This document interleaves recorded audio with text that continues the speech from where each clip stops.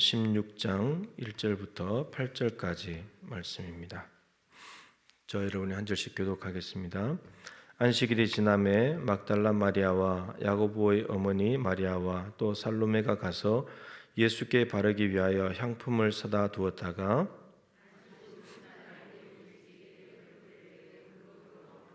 서로 말하되 누가 우리를 위하여 무덤 문에서 돌을 굴려 주리요 하더니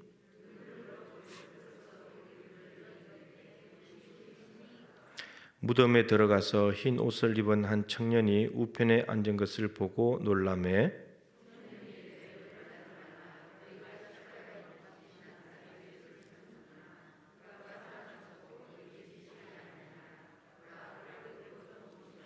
가서 그의 제자들과 베드로에게 이르기를 예수께서 너희보다 먼저 갈릴리로 가시나니 전에 너희에게 말씀하신 대로 너희가 거기서 배우리라 하라 하는지라.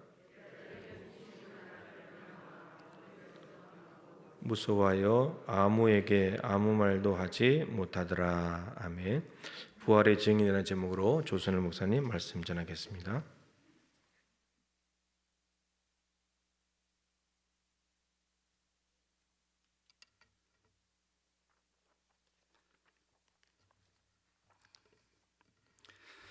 네, 이 시간 부활의 증인이라는 제목으로 하나의 말씀 나누고자 합니다.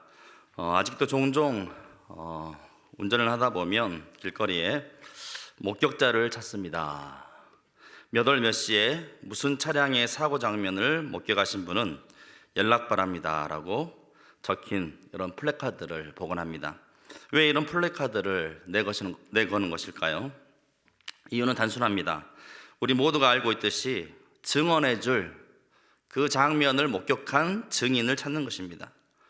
직접 눈으로 본 사람, 이보다 확실한 것은 없겠죠. 요즘에는 기술의 발달로 차량에 설치된 블랙박스가 그 증언을 대신하고 있습니다. 그래서 목격자를 찾는 플래카드도 점점 이제 옛날 이야기가 되어가고 있습니다. 블랙박스, 여러분 차에도 설치되어 있습니까? 영상을 기록하는 이 장치는 참으로 편리합니다. 녹화된 영상만으로 어떤 일이든 명명백백하게 밝힐 수 있습니다. 하지만 2000년 전에는 당연히 이런 블랙박스를 비롯한 CCTV나 이런 녹화 장비가 전혀 없었습니다. 그래서 가장 논란이 되는 것 중에 하나가 무엇이냐? 바로 예수 그리스도의 부활 사건입니다. 예수님이 정말로 부활했느냐? 이를 어떻게 증명할 수 있느냐 하는 것입니다.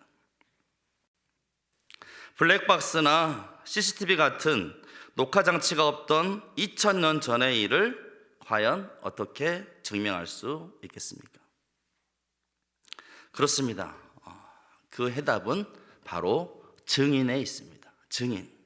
참으로 감사하게도 예수님의 부활을 직접 두 눈으로 목격한 증인들이 있었다는 것입니다. 그리고 이들의 증언은 사복음서 모두에 공히 기록되어 있습니다. 예수님을 십자가에 못 박아 죽인 그런 당시의 사회 분위기에서 이 예수님의 부활 사건이 전해지기가 결코 쉽지 않은 그런 상황과 여건임에도 불구하고 예수님의 부활 사건은 거듭되는 목격자의 증언을 통해서 전해지게 되는 것을 알 수가 있습니다. 고린도전서 15장 말씀해 보시면 성경대로 사흘 만에 다시 살아나사 게바에게 보이시고 후에 12제자에게와 그 후에 500여 형제에게 일시에 보이셨나니 하면서 기록하고 있습니다. 맨 나중에 만삭되지 못하여 난 자 같은 내게도 보이셨느니라 하면서 사도 바울을 통해 또 증언하고 있는 것을 볼 수가 있습니다. 그래서 오늘 본문을 통해서 예수님의 부활을 목격하였던 이 여인들의 모습을 통해서 우리가 과연 어떻게 부활의 증인된 삶을 살 수 있는지, 부활의 증인된 삶으로 나아가기까지 거쳐야 되는 세 가지 신앙의 자리에 대해서 이 시간 함께 나누고자 합니다. 우리가 부활의 증인된 삶을 살기 위해서 어떻게 해야 되는가? 먼저 우리는 예수님의 고난의 자리까지 따라가야 합니다. 예수님의 고난의 자리까지. 오늘 본문에 보시면 예수님의 무덤을 찾아왔던 세 여인의 이름이 정확히 실려 있습니다. 막달라 마리아와 야고보의 어머니 마리아, 또 살로메입니다. 사실 이들은 예수님의 부활에 대해서 전혀 전해 들은 바가 없던 자들입니다. 그런데 그녀들은 예수님의 고난과 죽음의 현장까지 줄곧 따라왔다는 것입니다. 함께 했다는 것입니다. 정작 예수님의 부활에 대한 말씀을 들었던 제자들은 다 도망가 버리고 다 배신해 버리고 말았지만, 아무도 그 자리에 나타나지 않았지만, 이 세 명의 여인들은 예수님의 마지막 무덤의 자리까지 찾아왔다는 것입니다. 특히 1절과 2절 말씀해 보시면, 예수께 바르기 위하여 향품을 사다 두었다가 안식 후 첫날 매우 일찍이 해 돋을 때 그 무덤으로 가며라고 기록하고 있습니다. 사실 유대인의 정결법상 시체를 만지는 것은 부정하게 여겨져 기피되던 일이었습니다. 그럼에도 죽은 지 사흘이나 된 이 예수님의 시신에 향품을 바르기 위해서 그들이 이렇게 향품을 정성스럽게 준비하고 아침 일찍 나왔다는 것은 그녀들이 얼마나 마음으로 예수님을 사랑하고 또한 얼마나 그들이 헌신적인지를 알 수 있게 하는 대목입니다. 이렇게 예수님의 무덤까지 따라가는 그러한 헌신의 결과로 막달라 마리아는 부활하신 예수님을 최초로 보게 되었으며, 최초로 목격했으며, 나머지 여인들 역시 부활의 소식을 최초로 듣고 최초로 증거하게 되는 영광의 증인이 될 수 있었다는 사실입니다. 그리고 이들은 모두 후에 초대교회의 초석이 되었습니다. 십자가의 고난 앞에 예수님을 부인하고 뿔뿔이 도망가 버린 제자들의 모습과 반대로 끝까지 예수님의 고난에 동참하며 무덤까지 찾아왔던 이 세 여인의 이 상반된 모습을 통하여 우리는 과연 지금 어떠한 모습으로 예수님을 따르고 있는지 생각해 보게 되는 것입니다. 많은 이들이 예수님을 믿는다고 끝까지 예수님을 따르겠다고 하면서도 정작 고난이 닥치면 너무 쉽게 흔들리고 무너지는 것을 볼 수 있습니다. 왜 나만 겪는 고난이냐고 원망하면서 불평하기 쉽습니다. 고난받는 것을 너무 이상하게 생각하는 경우가 많습니다. 마치 예수님을 믿으면 모든 것이 다 잘 되고 축복이 넘치고 은혜가 넘치는 행복한 삶만을 기대하며, 그러다 불현듯 닥치는 인생의 고난에 대해서는 잘 감당하지 못하는 그러한 모습들을 보게 됩니다. 그런데 여러분, 사실 공중의 권세 잡은 자를 따르는 이 세상 가운데 예수님을 믿고 따르는 삶은 고난이 없을 수가 없다는 것입니다. 고난이 없을 수가 없습니다. 불편함이 없을 수가 없습니다. 어려움이 없을 수 없습니다. 불이익이 없을 수가 없습니다. 또한 예수님은 말씀하시길 누구든지 나를 따라오려거든 자기를 부인하고 자기 십자가를 지고 나를 좇으라고 말씀하셨습니다. 그러기에 우리는 고난당하는 것을 너무 이상하게 여기지 말고 오히려 주를 위해 받는 고난을 기뻐하며 낙심치 말고 끝까지 인내하며 주의 고난에 동참하며 그 길을 걸어가야 하는 것입니다. 베드로전서 4장 12절과 13절에 사랑하는 자들아, 너희를 연단하려고 오는 불시험을 이상한 일 당하는 것 같이 여기지 말고 오히려 너희가 그리스도의 고난에 참여하는 것으로 즐거워하라. 이는 그의 영광을 나타내실 때에 너희를 즐거워하고 기뻐하게 하려 함이라 라고 말씀하셨습니다. No cross, no crown. 여러분 많이 들어보지 않았습니까? 십자가 없이 면류관이 없다는 말입니다. 우리가 주님의 고난에 동참하지 않고서는 진정한 부활의 기쁨 또한 맛볼 수가 없는 것입니다. 우리가 주님의 고난에 더 깊이 동참할수록 우리는 우리를 사랑하시는 그 주님의 사랑이 얼마나 크신 것인지 비로소 깨달을 수 있는 것이요, 그 고난의 끝에 살아계시는 주님의 놀라운 역사를 보게 되는 것입니다. 죽음의 자리까지, 무덤의 자리까지 나아갔을 때 비로소 부활하신 영광의 주님을 보게 되는 것입니다. 그러므로 주의 일과 복음을 위하여 당하는 고난을 여러분 원망하거나 불평하지 마시고 오히려 기쁘게 여기시고 끝까지 주님의 고난에 동참함으로써 놀라운 주의 부활의 영광을 맛보는 우리 모든 성도들 될 수 있기를 주의 이름으로 축복합니다. 다음으로 두 번째로 우리는 무덤의 자리에 머물지 말고 부활의 자리까지 나아가야 합니다. 무덤에 머물 것이 아니라 부활의 자리까지 나아가야 한다는 것입니다. 고난의 자리에서 승리의 자리까지 이르러야 합니다. 부활하신 예수님을 만나기 위해서는 무덤의 자리에 머물러 있어서는 안 되고 무덤의 자리를 떠나야 합니다. 왜냐하면 부활하신 예수님은 무덤에 계시지 않기 때문입니다. 본문 6절에 보시면 청년이 이르되 놀라지 말라 너희가 십자가에 못 박히신 나사렛 예수를 찾는구나. 그가 살아나셨고 여기 계시지 아니하니라. 여기 지금 무덤에 계시지 않는다는 거예요. 보라 그를 두었던 곳이니라. 이 여인들이 예수님에 대한 사랑으로 무덤까지 나아오긴 했지만 그녀들이 찾는 것은 십자가에 달려 죽으신 이 예수님의 시신이었지 부활하신 예수님에 대해서는 그들이 전혀 알지 못했다는 것입니다. 그래서 그들은 빈 무덤 앞에서 아주 놀라고 당황해할 수밖에 없었습니다. 그래서 이때 천사가 그들에게 예수님의 부활하심에 대해서 일러주고 있는 것입니다.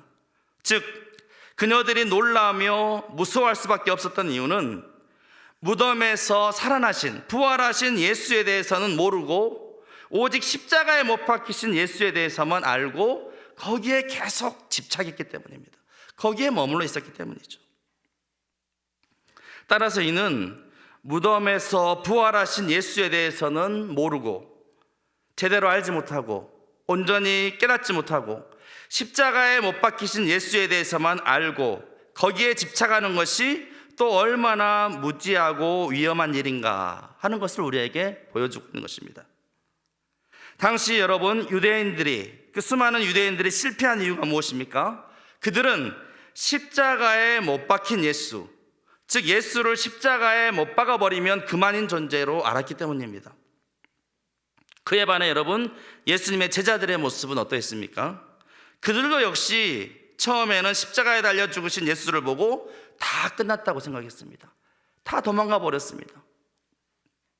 그런데 부활하신 예수님께서 다시금 그들에게 나타나심으로 말미암아 즉 그 부활하신 예수님을 직접 목격함으로써 이전과는 완전히 다른 삶으로 나아가게 되었다는 것입니다. 그렇게 비겁하고 두려워했던 제자들이 부활하신 예수님을 만나 뵈었고 이후로 모두가 담대히 복음을 증거하며 순교하기까지라도 두려워하지 않고 주의 복음을 증거하다가 다 생을 마감하였다는 것입니다. 그렇게 겁 많았던 제자들이 그 결정적 이유는 바로 부활하신 예수 그리스도를 그들이 모두 보았기 때문입니다. 직접 보고 체험했기 때문입니다. 그래서 여러분 기독교는 이른바 무덤이 없는 종교입니다. 무덤이 없습니다. 기독교는. 다른 여타의 종교들과 결정적 차이가 있는 것은 바로 무덤이 없다는 것입니다. 기독교의 우월성과 탁월성이 바로 여기에 있습니다. 다른 종교는 종교 창시자들의 무덤을 성지로 숭배하고 있지만 기독교 창시자인 우리 주님은 죄로 인한 사망 권세를 이기시고 다시 사심으로 부활하심으로 말미암아 무덤이 없다는 것입니다. 오히려 빈 무덤이 기독교의 자랑인 것입니다. 할렐루야. 그러기에 부활절은 오직 기독교밖에 없다는 것입니다. 다른 종교들도 오시는 날은 있어도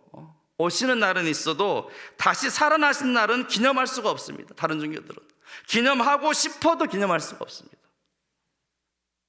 다시 살아나지 못했기 때문에, 죽음에서 다시 깨어나지 못했기 때문입니다. 오직 우리의 구원자 되신 예수님만이 죽음의 권세를 물리치고 다시 살아나셨습니다. 믿으십니까? 우리 부활하신 주님께 이 시간 박수로 크게 영광 돌리겠습니다. 할렐루야! 할렐루야!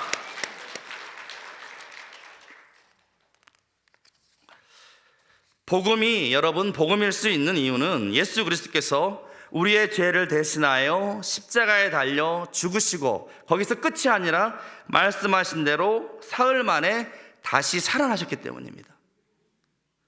만약에 죽으시고 다시 살아나시지 못했다면 그것은 복음이 될 수가 없습니다.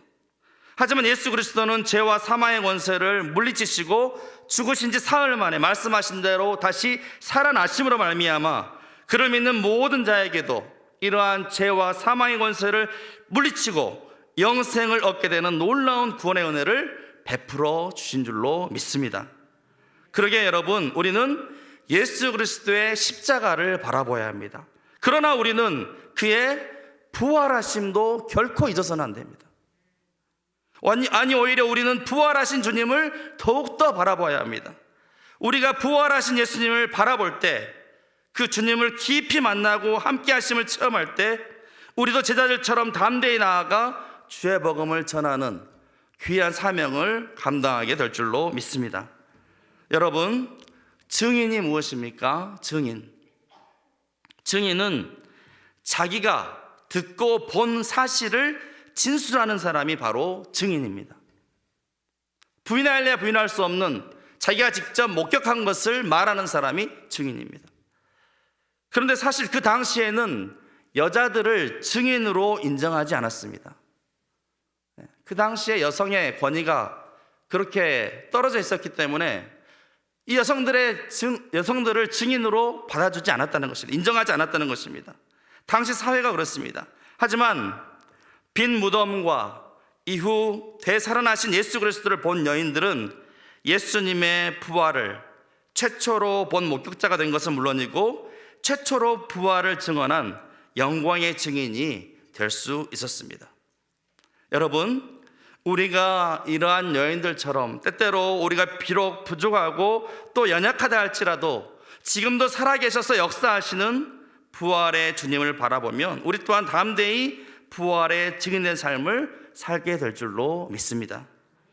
여러분, 송명의 시인 아십니까? 송명의 시인 잘 아실 것입니다. 나라는 시와 노래, 여러분 들어본 적이 아마 있으실 것입니다. 사실 송명의 시인은 어릴 때 한 의사의 실수로 뇌성마비가 되어버렸습니다. 뇌성마비. 그로 인해 거동도 쉽지 않은 너무나 불편한 몸의 지체의 소유자였습니다. 그런데 그런 그녀가 살아계신 예수님을 만남으로써 그 고난 가운데서도, 그 연약한 지체 가운데서도 살아계신 예수님을 만남으로써 나라는 시를 고백하며 세상 사람들에게 공평하신 주님을 찬양하게 되었다는 것입니다. 그 가사가 보면 이렇습니다.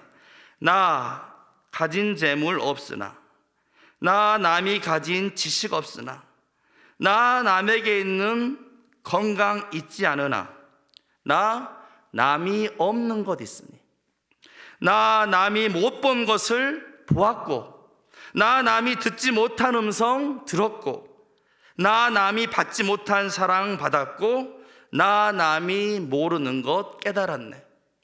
공평하신 하나님이 남이 가진 것 나 없지만 공평하신 하나님이 남이 없는 것 갖게 하셨네. 그 주님은 지금도 우리 안에 살아계셔서 우리와 임마누엘 함께 하시며 우리 안에 살아서 역사하신 줄로 믿습니다. 담대히 부활의 자리까지, 부활하신 예수님을 만남으로 말미암아 증인된 삶으로 나아가는 우리 모두가 다 되실 수 있기를 주의 이름으로 축복합니다. 이제 끝으로 우리는 부활에서 증인의 자리까지 나아가야 합니다. 무덤에서 부활의 자리로, 그리고 부활에서 이제 증인의 자리까지 나아갈 수 있어야 한다는 것입니다. 무덤의 자리에서 부활 승리의 자리로, 그리고 부활 승리의 자리에서 부활의 증인된, 즉 선교의 자리까지 담대히 나아갈 수 있어야 한다는 것입니다. 부활의 메시지는 다름 아닌 여러분 선교의 메시지입니다. 부활이 우리에게 메시지로 전달될 때 그 핵심은 예수의 증인이 되라는 것입니다. 땅끝까지 이르러 내 증인이 되라는 말씀은 곧 부활의 맥락에서 나오는 말씀입니다. 여러분, 우리나라에 복음화율이 90%인 곳이 있습니다. 50%도 아니고 90%. 90%면 거의 그 마을 사람들이 다, 거기에 사는 사람들이 다 믿는 거 아니겠습니까? 바로 전남 신안군에 있는 증도입니다. 증도. 이곳에 이렇게 복음의 꽃이 활짝 피게 된 것은 바로 문준경 이 전도사님 한 분으로 비롯된 것입니다. 문재경의 셋째 딸인 준경은 1891년 2월 2일 전라남도 신안군에서 태어났습니다. 진사인 할아버지 덕분에 유복한 어린 시절을 보낸 준경은 유순한 성격에 지혜와 총명이 남달랐다고 합니다. 17세에 부모가 짝지어진 사람과 결혼했지만 남편의 외도로 홀로 시부모를 모시는 그런 삶을 살게 되었습니다. 그러던 어느 날 복음을 전해 듣고 신앙에 입문하게 됩니다. 남존 여비 사상에 물들었던 아버지의 불호령으로 글 공부를 못했던 이 문준경은 시아버지를 통해서 한글을 배우고 익히게 됩니다. 그리고 자신의 든든한 후원자였던 시아버지가 세상을 떠나자 이 문준경 노사님은 신안을 떠나서 목포 북교동 근처에 단칸 셋방을 얻어 살게 됩니다. 손기술이 있었던 준경은 재봉틀로 삭바난지를 하여 생계를 이어갔습니다. 그녀가 경성 성수학원에서 신학을 비로소 공부하게 된 것은 40이 넘어서입니다. 그것도 청강생으로, 학생이 아니라 청강생으로. 전도사가 돼 신안을 다시 찾아간 준경은 복음의 증인이 됩니다. 그리고 동네 사람들의 여러 굳은 일도 마다하지 않고 돕고, 가족들이 외면한 전염병자들을 돌보고, 버려진 시신을 거둡니다. 준경은 1년이면 9켤레의 고무신이 달아 없어질 정도로 온 마을을 다 누비고 구석구석 누비고 다녔습니다. 한 사람의 증인이 뿌린 씨앗의 열매는 참으로 많고 컸습니다. 문준경 전도사가 개척한 교회가 신안에만 100여 개입니다. 그중 11개가 증도에 세워졌습니다. 또한 복음을 받은 이들 가운데 한국교회 수많은 지도자가 거기에서 탄생하게 되었습니다. 다음은 문준경 전도사님의 마지막 기도문입니다. 한 많은 제 삶을 당신의 사랑으로 감싸주신 큰 은혜, 말로 다할 수 없는데 이렇게 육신의 고통을 넘어 영원한 생명 안으로 저를 인도해 주시니 더할 나위 없습니다. 부족한 제 영혼 당신의 손에 의탁하오니 비천한 자를 받아 주시옵소서. 여러분, 키에르 케고르가 이런 말을 남겼다고 합니다. 시대가 필요로 하는 것은 천재가 아니다. 그들은 항상 넘쳐났다. 시대가 진정으로 필요로 하는 것은 순교자, 즉 사람들로 하여금 하나님께 복종하도록 가르치기 위해 그 자신이 먼저 하나님께 죽기까지 복종할 수 있는 사람이다. 시대가 필요로 하는 것은 각성이다 라고 말했다는 것입니다. 이제 말씀을 마치고자 합니다. 사랑하는 성도 여러분, 한번 생각해 보시기 바랍니다. 나는 지금 어디에 머물러 있습니까? 어느 자리에 머물러 있습니까? 나는 부활의 증인된 자리까지 담대히 나아가고 있습니까? 나는 부활을 증언한 믿음의 선배들처럼 부활의 증인된 삶을 내 삶의 자리에서 살아내고 있습니까? 다시금 우리 신앙의 현 주소를 돌아보면서 앞으로 부활의 증인으로서 내 삶이 다하는 그 순간까지 예수 그리스도의 부활을 담대히 전하는 우리 모든 사랑하는 순천동부교회 성도들이 다 되실 수 있기를 진심으로 주의 이름으로 축복합니다. 이 시간 우리 함께